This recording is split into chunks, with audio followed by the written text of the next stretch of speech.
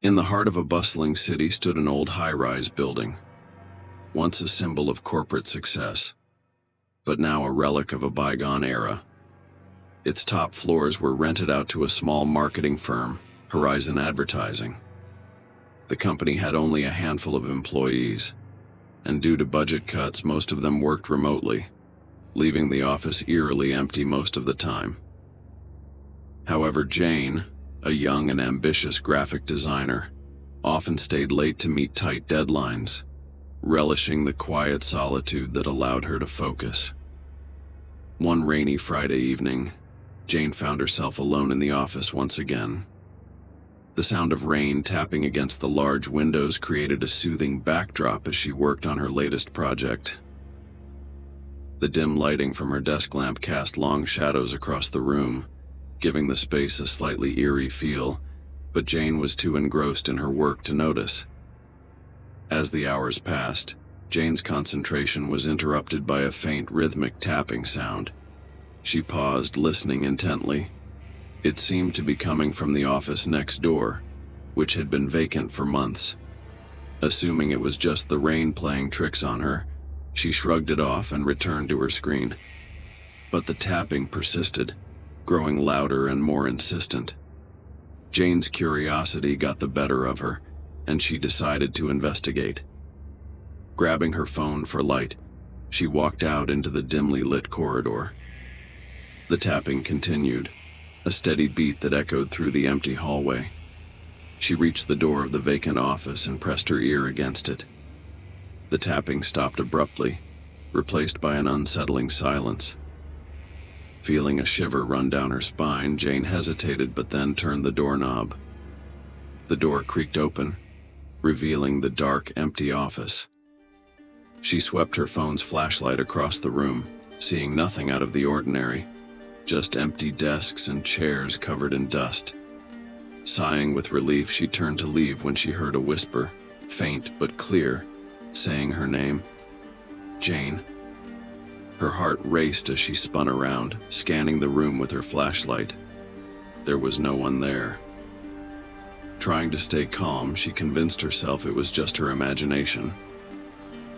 She closed the door and hurried back to her desk, determined to finish her work quickly and leave.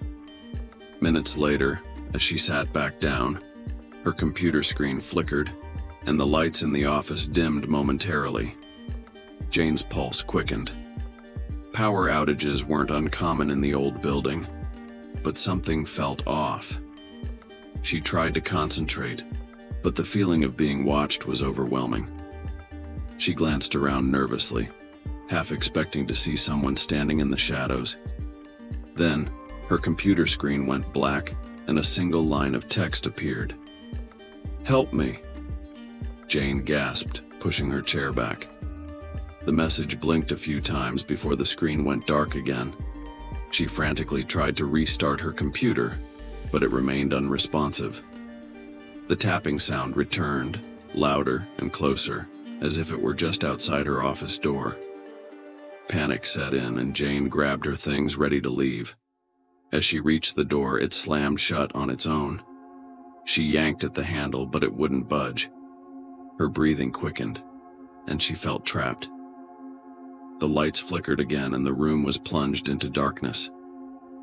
In the pitch-black office, Jane fumbled for her phone, her hands shaking.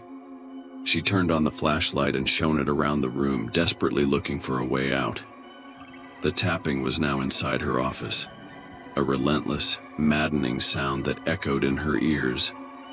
Suddenly, the whispers started again, louder and more frantic. "Help me. Please. Help me." The voice was close, too close. Jane spun around, her flashlight catching a fleeting glimpse of a figure in the corner, pale, gaunt, with hollow eyes staring right at her. She screamed, dropping her phone, the light spinning wildly across the room before settling on the figure, who was now mere feet away. The ghostly apparition reached out, its eyes filled with sorrow and desperation. Jane felt a cold, clammy hand brush her arm, and she bolted, adrenaline surging through her veins. She grabbed her phone and managed to pry the door open, fleeing down the corridor. The whispers and tapping followed her, growing louder and more urgent. She burst into the stairwell, not daring to look back, and raced down the stairs, her footsteps echoing in the empty building. When she reached the ground floor, she dashed out into the rain-soaked night, not stopping until she was far away from the building. The next day, Jane returned with a couple of colleagues to gather her belongings. They found her office exactly as she had left it, with no sign of any disturbance. Jane's computer worked perfectly, and there was no evidence of the message she had seen, but Jane knew what she had experienced was real. She later learned that the vacant office next door had once been occupied by a company that went bankrupt under mysterious circumstances. The last employee, a young woman named Lisa, had disappeared without a trace, leaving behind only a series of frantic emails begging for help. Jane never stayed late at the office again, but she couldn't shake the feeling that Lisa's spirit was still trapped in that building, reaching out for anyone who would listen. The story of the haunted high-rise became a cautionary tale among her colleagues, a reminder of the unseen forces that might be lurking in the quiet corners of our everyday lives. And for Jane, the memory of that terrifying night remained a vivid, haunting reminder that some places are better left undisturbed. In the heart of the city stood an imposing Gothic-style building known as the Blackwood Tower. It had been converted into a state-of-the-art corporate office, but its dark history as a former asylum lingered in whispers among the staff. Though renovated with modern amenities, the building's original architecture remained, with long, narrow hallways and heavy wooden doors that creaked ominously. Lena, a junior executive at an investment firm on the top floor, often worked late into the night, driven by ambition and the promise of a promotion. One evening, as the sun set and the office emptied, Lena found herself alone, engrossed in her spreadsheets. The silence was comforting at first, but as the hours ticked by, it became oppressive. At around 10 p.m., Lena decided to take a break. She walked to the break room, her footsteps echoing through the empty halls. The flickering overhead lights cast eerie shadows, but she brushed off her unease. As she poured herself a cup of coffee, she heard a faint, rhythmic tapping sound. It seemed to be coming from the old storage room down the hall, a place she had never ventured. Curiosity piqued, Lena decided to investigate. She walked toward the storage room, the tapping growing louder with each step. When she reached the door, she hesitated, feeling a sudden chill. She turned the doorknob slowly, the creaking door revealing a dark, dusty room filled with old office equipment and forgotten files. The tapping stopped abruptly, leaving an unsettling silence. Lena shone her phone's flashlight around the room, seeing nothing unusual. Just as she was about to leave, a stack of papers fell from a shelf, scattering across the floor. She jumped, her heart pounding. Just the air conditioning, she told herself, though she knew the excuse was flimsy. She quickly closed the door and returned to her desk. Back at her workstation, Lena tried to focus, but the tapping resumed, this time louder and more insistent. It seemed to be coming from directly above her. She glanced at the ceiling, feeling a cold sweat break out on her forehead. The building had no attic, and the top floor was just above her. Determined to find the source, Lena climbed the stairs to the roof access door, which was usually locked. To her surprise, it swung open easily. She stepped onto the rooftop, the city lights below casting a ghostly glow. The tapping had stopped again, replaced by an eerie silence.